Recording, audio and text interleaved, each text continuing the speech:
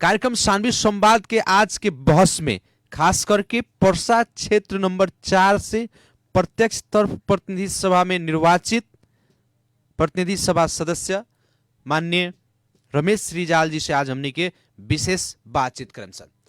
खास करके अभी देखल जाए तो मंगसिर 4 गते संपन्न प्रतिनिधि सभा और प्रदेश सभा निर्वाचन के मत परिणाम अला के बाद आज हरेक दल देखल जाए तो अपन अपन समानुपातिक सांसद लोग के नामावली सार्वजनिक कैले बाटे।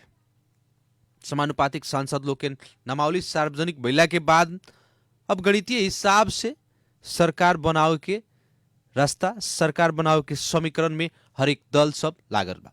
खास करके देश में गठबंधन से चुनाव भइल, एक तरफ वाम लोकतांत्रिक गठबंधन, दूसर का तरफ नेकपा एमाले और जसपा के गठबंधन, और एक गठबंधन के नतीजा जौन आइल जेकरा कारण से कहीं ना कहीं कोनो भी गठबंधन के पूर्ण रूप से बहुमत ना आ सकल सरकार बनाव के, कहीं ना कहीं कुछ न कुछ ऐसा स्वतंत्र उम्मीदवार लोग भी जीतलक।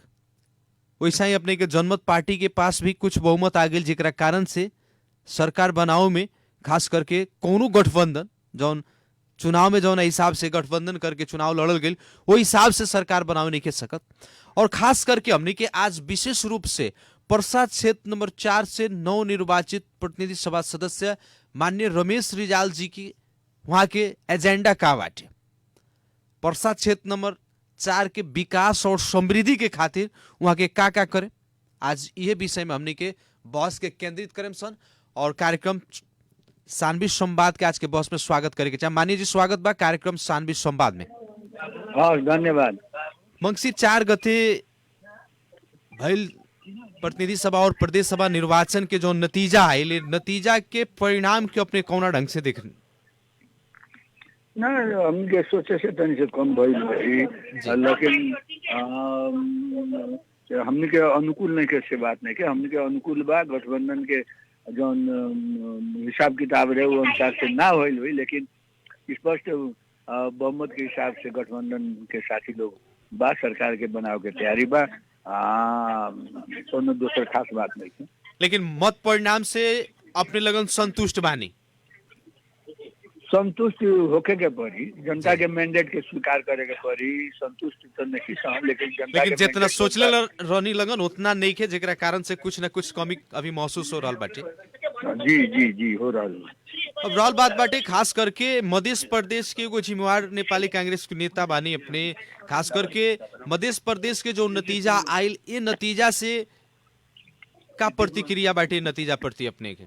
यो नतीजा से हमके संतुष्ट नहीं सन, लेकिन संतुष्ट मैंडेट जो जनता दिले बा में स्वीकार करके आगे बढ़े के हमके तैयार बानी सन। और सब कोई से बात हो रहा बा, सरकार गठन हुई, अब केकरा नेतृत्व में हुई, बागवंडा में पड़ी तो केकरा नेतृत्व में हुई अभी बाद के बात बा, लेकिन सरकार गठन हुई। ये गठबंधन के जो सत्ता में बा वो गठबंधन के साथी लोग के साथ में थप स्वतंत्र और जनमत पार्टी के सहयोग लेके सरकार बनी मध्य प्रदेश में। जी, खास करके नेपाली कांग्रेस के ही नेतृत्व में सरकार बने के संकेत अपने दिखा रहल बानी। अब 7 गो प्रदेश बा, हो सकता कोनो प्रदेश में कांग्रेस के होके, कोनो प्रदेश में माओवादी के होके।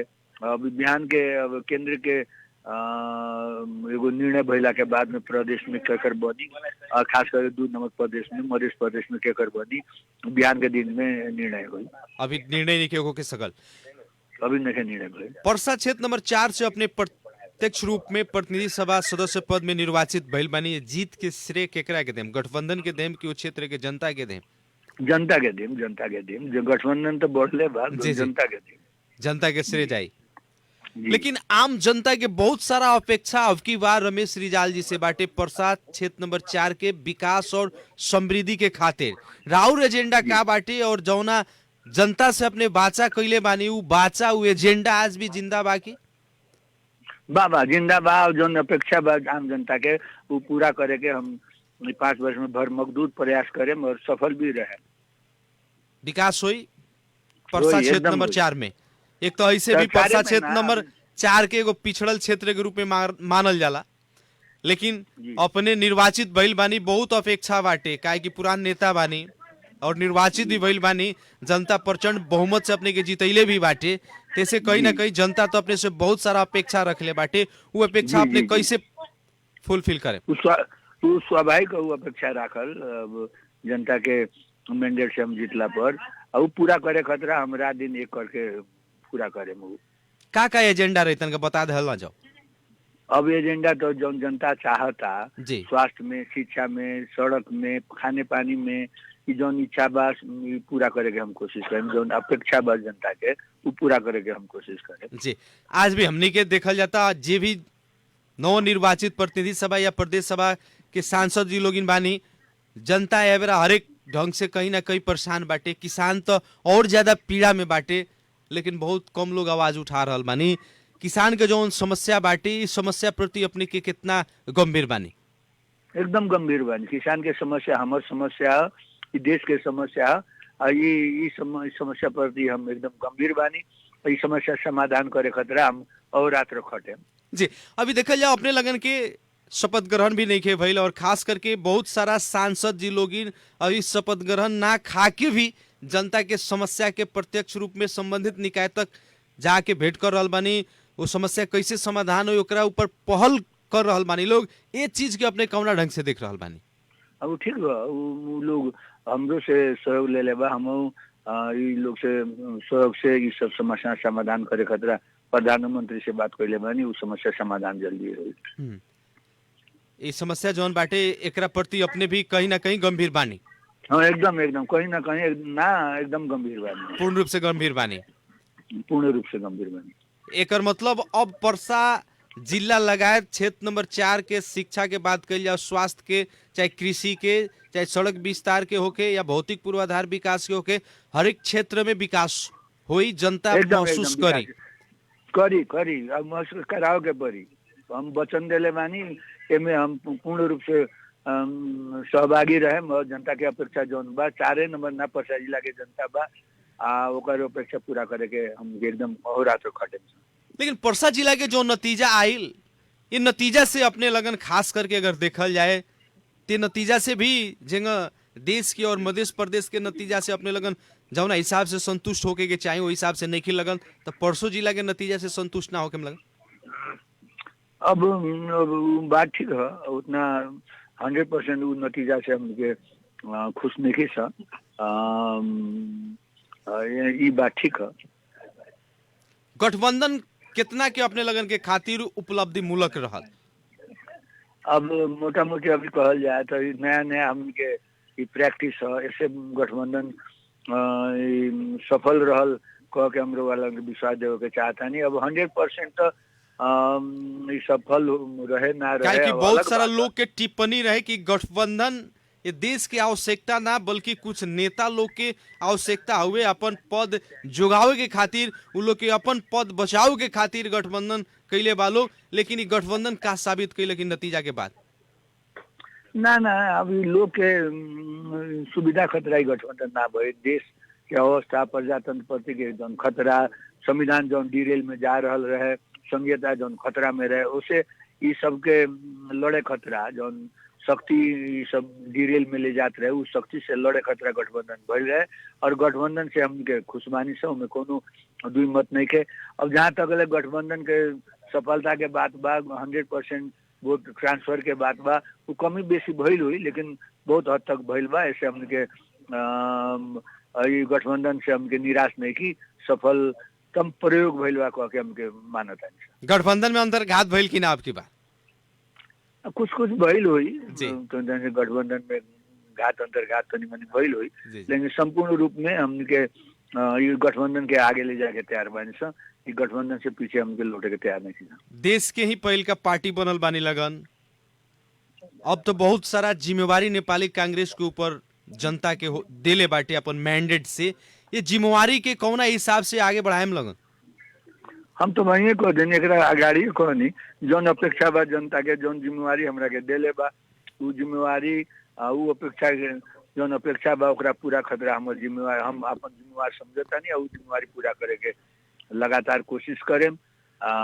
जनता से जाके छलफल में रहें, यहाँ सरकार से छलफल में रहें, और उ पूरा करे के हम एकदम भरमगदूर प्रयास करें। देश में एगो नागरिकता जोन बाटे वो बहुत बड़ा समस्या बाटे। आज लाखों लोग कहीं ना कहीं अपने देश में गैर नागरिक के सरह जीवन बिता रहल बाटे। वो लोग के खातिर अपने के का संदेश रही, वो लोग के आवाज अपने कैसे संसद तक पहुंचाए? अभी वो आवाज खतरा हमके अब संसद शुरू होको जी। नागरिकता विधेयक के हमके पूरा अब का करे भाई एक्सपर्ट लोग से सलाह लेके अभी निर्जीव भइल बा कि सजीवे बा हमके अभी उतना ज्ञान नहीं के। अभी व्याख्या करी लोग वकील लोग वो व्याख्या अनुसार से हमके पुनः प्रस्ताव ले आके पास करके भेजे के पड़ी तो वो करेम स अथवा ये जीवित बात एकरा के लागू करा खतरा राष्ट्रपति ऊपर प्रेशर हमके डालेम स। माने नागरिकता के समस्या भी समाधान करे के खातिर अपने एकदम, पहल एकदम, करेम, आवाज एकदम, उठाएम संसद में, एकदम जनता के 6 सुने के महीना मिली और देखे के मिली। मिली 2 महीना 6 महीना के बीच में 6 महीना ना 3 महीना के भीतर में समस्या समाधान। परसा जिला में एक और चर्चा चल रहा बाटे। मध्य प्रदेश के मुख्यमंत्री नेपाली कांग्रेस के ही कोटा में वो परसा जिला में ही मिले वाला बाका। वैसन कोनो अभी छलफल भी नहीं के भइल आ निर्णय में भी नहीं के पहुंचल, वैसन कोनो बात नहीं के।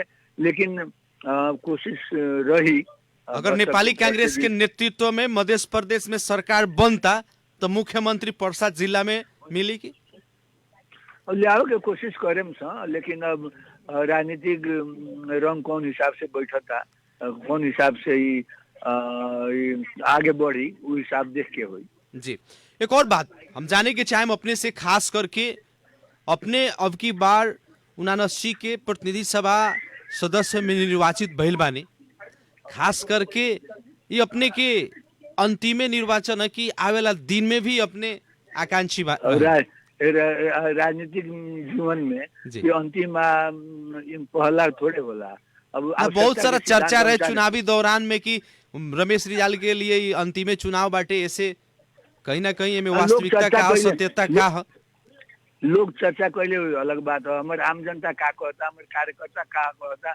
हमारे कार्यकर्ता आम जनता कही जे तो लास्ट अब मत लड़ो तो हम ना लड़ेम, लेकिन जब तक ले वो लोग की आवश्यकता महसूस करे तब तक ले हम फील्ड छोड़ के भागे वाला ना है। जब तक जनता अपने के क्षेत्र के नेता कार्यकर्ता कही तब तक अपने फील्ड में रह के, क्षेत्र में रह के, क्षेत्र की आवाज बने के तैयार बानी, एकदम तैयार बानी। अब रहल हमने के भी कार्यक्रम के अंत में बानी सन, खास करके आम जनता से अपने का कहे के चाहे?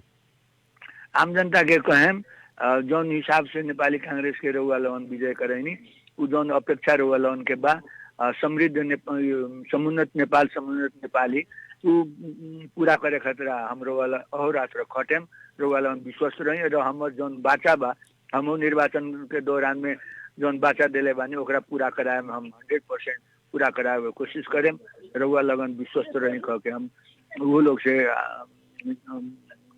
विनती करे के चाहते हैं। बहुत बहुत धन्यवाद माननीय जी, इतना व्यस्तता के बावजूद भी कार्यक्रम सानवी संवाद के खातिर अपन समय देने।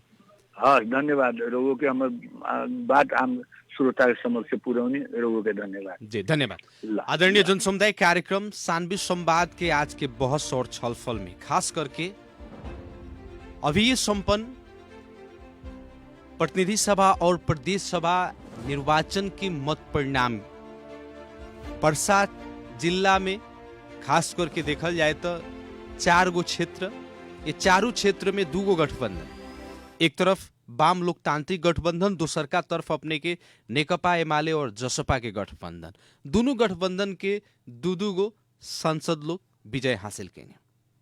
परसा जिला में नया नेतृत्व आयल बाटे, कहीं ना कहीं आम परसावासी के बहुत अपेक्षा बाटे कि जे भी नवनिर्वाचित प्रदेश सभा सदस्य और प्रतिनिधि सभा सदस्य बानी लोग, वहां लोग से परसा जिला के एगो विकास के बहुत बड़ा परिकल्पना बाटे।